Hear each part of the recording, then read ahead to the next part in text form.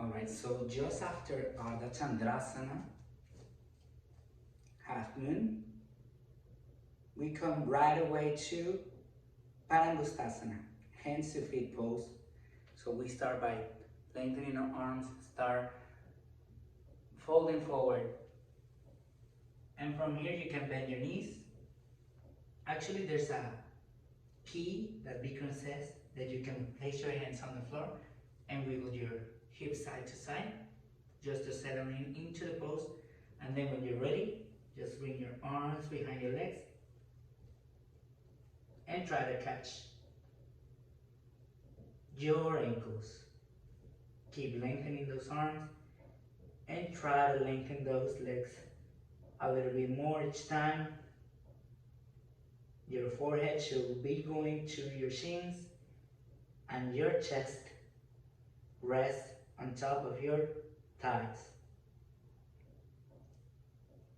And this is a little bit hard for me for my hamstrings, but at the same time,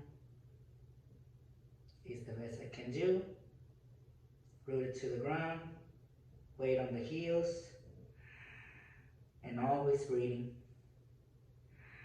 What we want to do here is to create internal heat,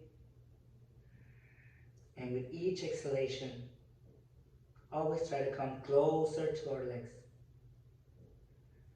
And after the count of 10 breaths, we can always come all the way up. We can lengthen our arms, interlace fingers, and from here, release arms to the sides. So this last pose, Padangusthasana, it's really beneficial to work on the muscles, tendons, and ligaments of the legs.